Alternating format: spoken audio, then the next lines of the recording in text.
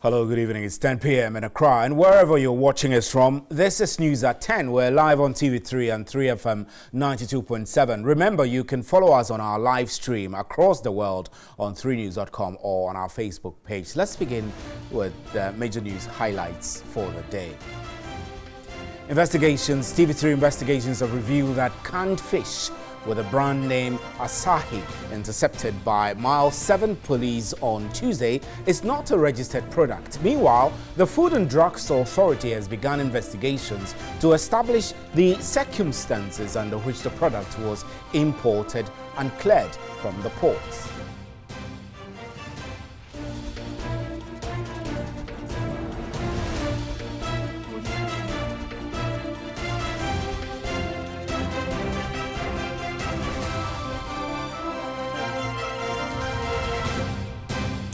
Ghana Health Service is calling for collaborative efforts to eliminate avoidable blindness. According to the head of Eye Care Unit of the Ghana Health Service, Dr. James Ade, 80% of blindness and visual impairment are avoidable.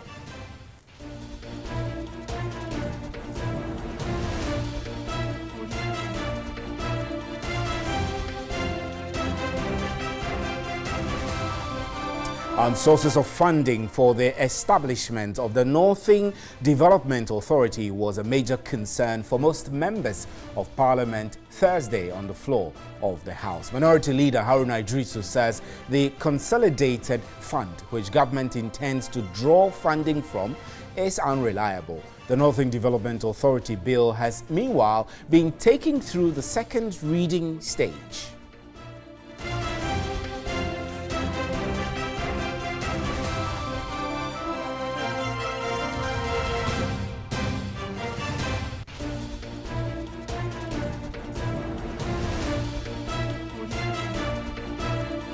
41-year-old primary 1 teacher Faustina Copson has been adjudged the 2017 National Best Teacher. The awardee, who teaches at the Richard Akwe Memorial School at Agbogboloshi in Accra, beat 2 others to win the coveted prize.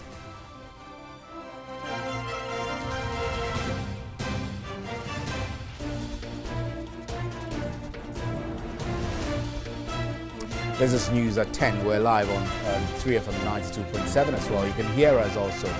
You can watch us actually on our live stream on Facebook and on 3news.com. Up next is the big one.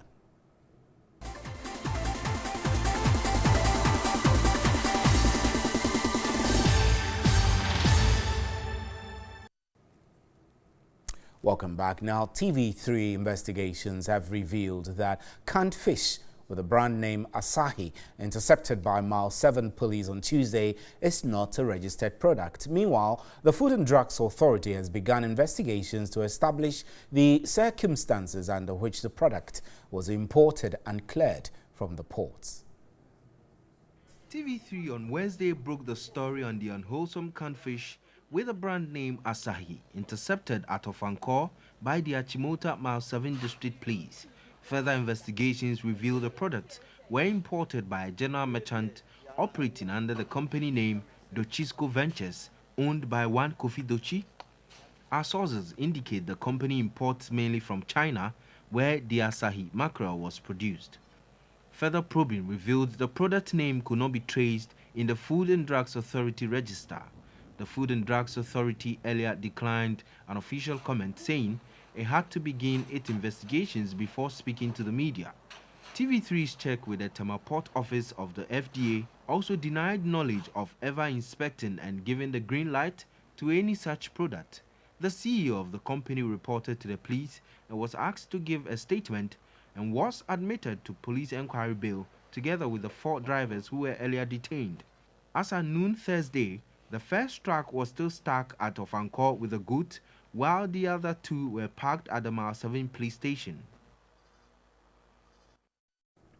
Meanwhile, the Food and Drugs Authority, FDA, says their checks indicate the product is not on the market. Head of Public Affairs James Lartey, however, assures the authority is liaising with other relevant stakeholders to get to the bottom of the issue. He spoke on News 360 with Alfred Okansi. information about this consignment, we immediately called our office at the port to ask one or two questions. Unfortunately, they indicated very clearly that they were not aware of that particular product because the system in place, not when somebody is going to clear, FDA will be informed. I mean, automatically we get that, but for this time, no information was received. So our officer at the port, after getting the information from us, decided to make some further investigation.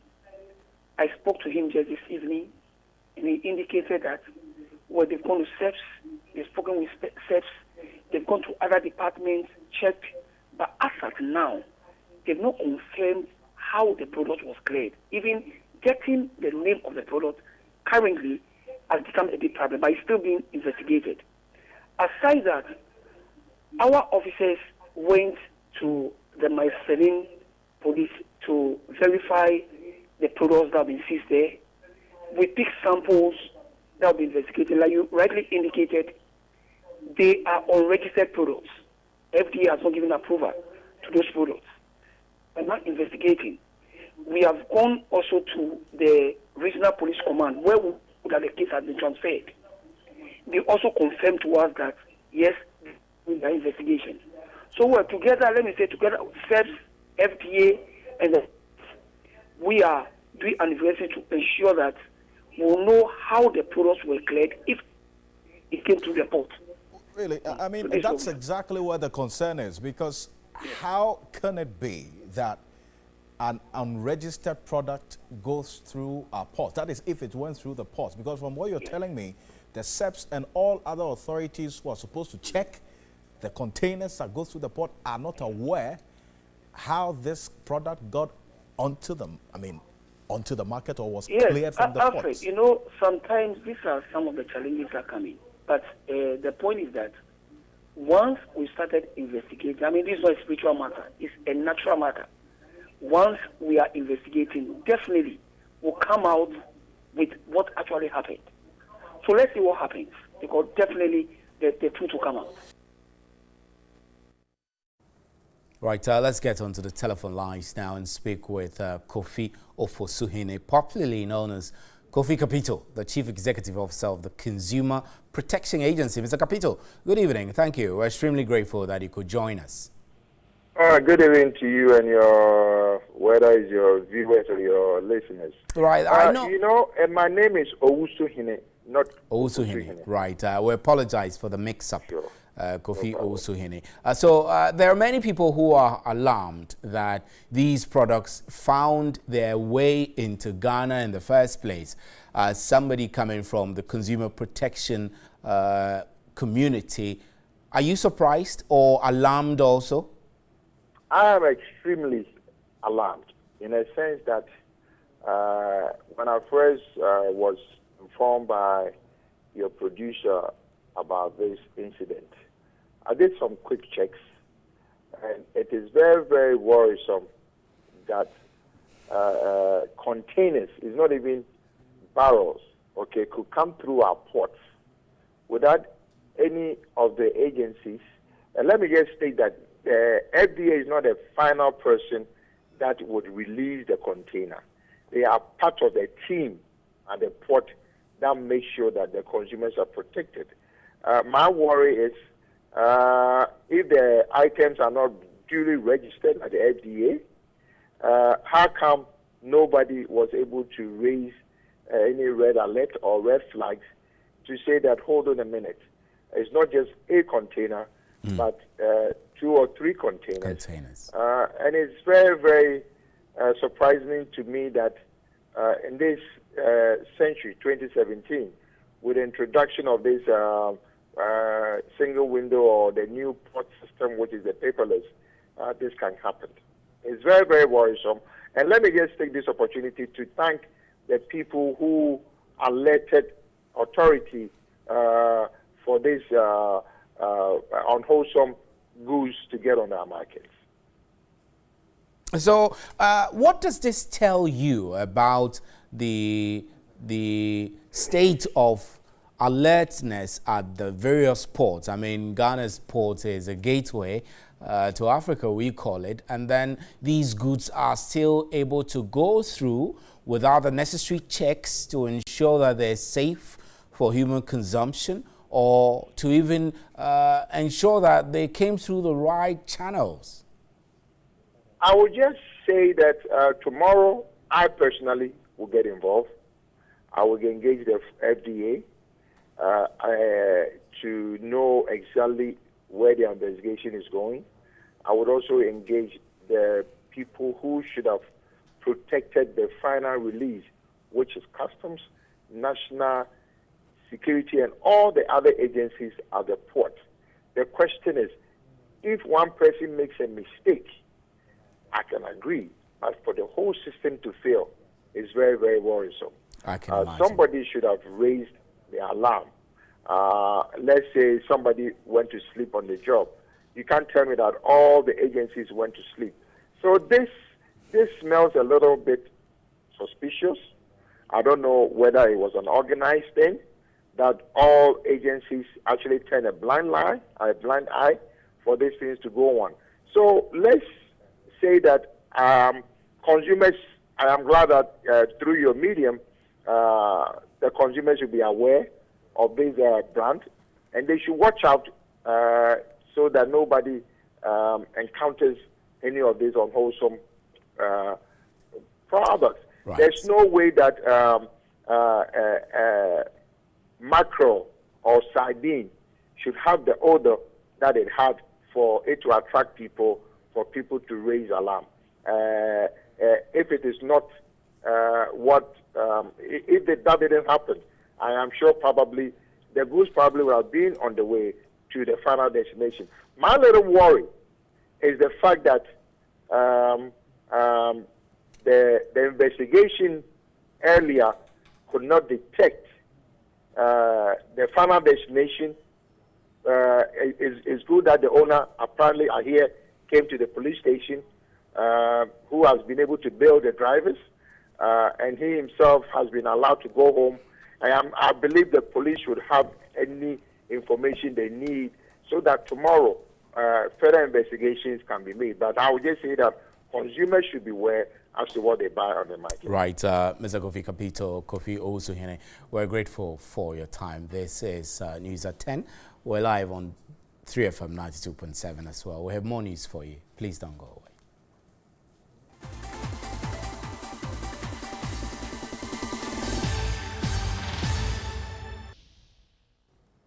Welcome back. Now, tutors of the 38 colleges of education across the country have served notice of their intention to embark on strike. According to the tutors, government has failed to implement their market premium.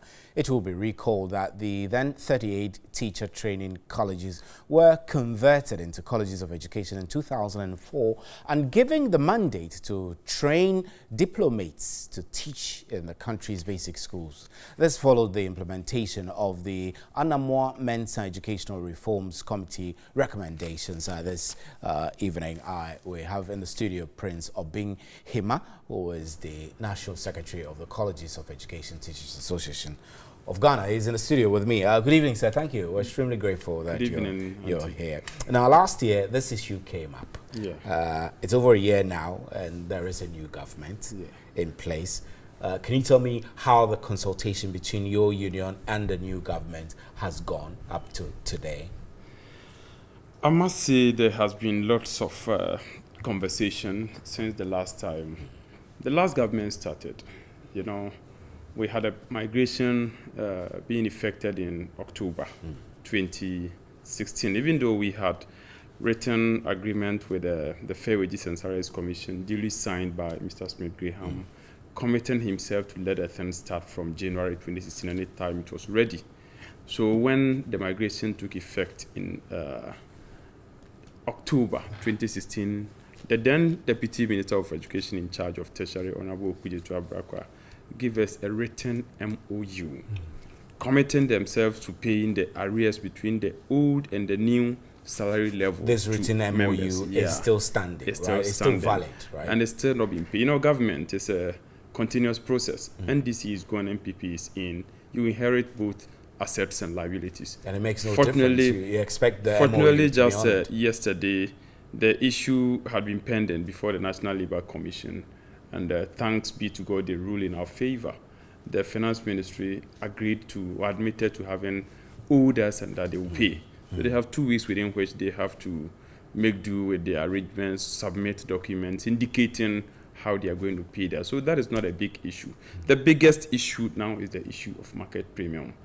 And you would recall... So you're taking some of the money, you agree that one will come, but you want the market premium. Oh, this is our salary. Okay. For the rest is our salary. Okay. But the market premium is some kind of package that the government put in place for teachers in the tertiary education in 2011 thereabout, when it became apparent that the universities were losing their teachers to other nations across the continent because conditions were not fantastic enough.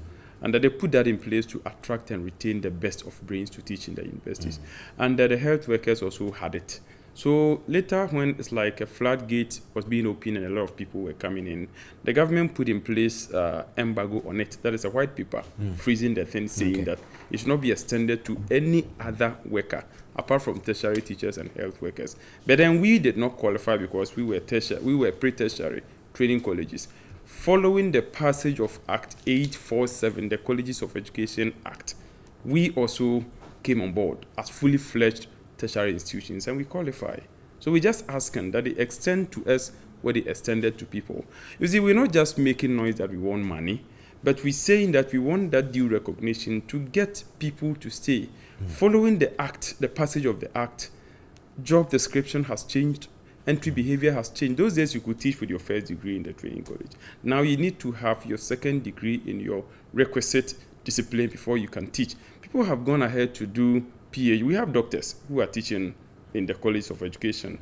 If we don't take time to introduce this thing to retain them, before you open your eyes, we lose them to the universities. So tell me, the non-payment of market premium, is it affecting teaching? It's affecting morale. These various colleges. It's affecting morale. It's affecting mindset. Members feel marginalized, discriminated against, and it's like we are breaching the laws of the country against any form of discrimination. How can you say we have a package for tertiary teachers? We are tertiary by the act, and you say that we did not qualify. We did not get up one day to say we're going tertiary.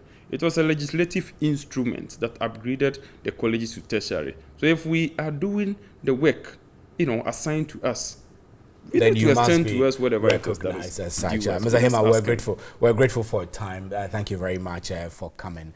Mr. Hema speaks for the tertiary, let me just get it right, the secretary is the National Secretary of the Colleges of Education Teachers Association of Ghana. Now, 41-year-old primary 1 teacher Faustina Copson has been adjudged the 2017 National Best Teacher. The awardee, who teaches at the Richard Akwe Memorial School at Agbogbuloshi in Accra, beat 2 others to win the coveted prize. 20,000 cedis life insurance.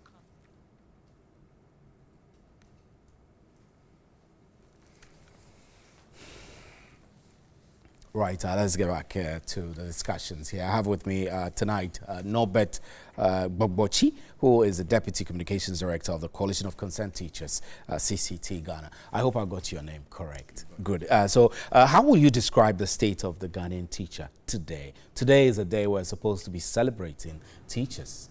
Are you celebrated enough? We are happy today is our day. And we welcome it just as any other person's ordinary birthday. So we are happy with that. Great. But we think that there is nothing much to celebrate so far as teachers are concerned. You're talking about your conditions of service? Conditions of service. You're talking about systems in place for you to upgrade yourselves whilst you are working as teachers. This is informing me that you know much about what is happening. I want to know your what is happening with the teachers in Ghana.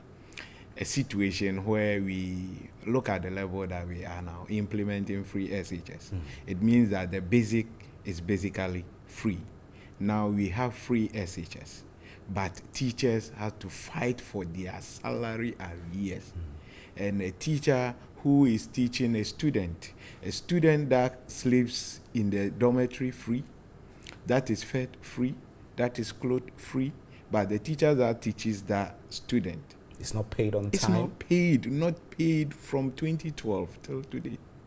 That's disturbing. Very, I know that disturbing. teachers every year keep talking to government to get what is due you. I just spoke to the representative of the Colleges of Education Teachers Association, and his views clearly show that you do a lot, but you get very little. I know that in every new government comes in and negotiations start. Have you started negotiations, or have you started talking about your problems with the current administration? We are lucky government themselves saw it before coming into power. So we were promised that in the first 3 months, that 3 months pay policy will be a thing of the past. But as I speak to you, it is being implemented and teachers are not being paid.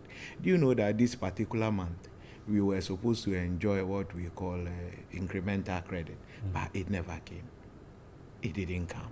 So why are we treated this way?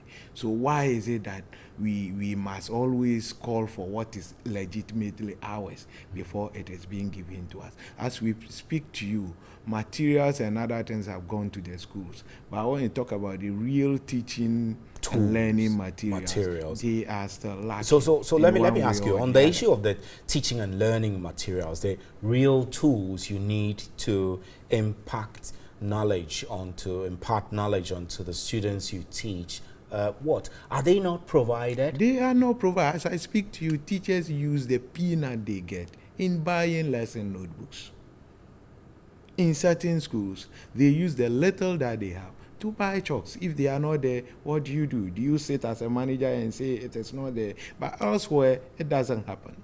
When have you gone to a hospital where you are asked to go and buy syringe before you use it to maybe administer a drug on a patient? It's not done that way. So we, Coalition of Concerned Teachers, we don't think that coming together to maybe look for 1 or 2 teachers, give them something for the world to see that we are doing something is the way to go.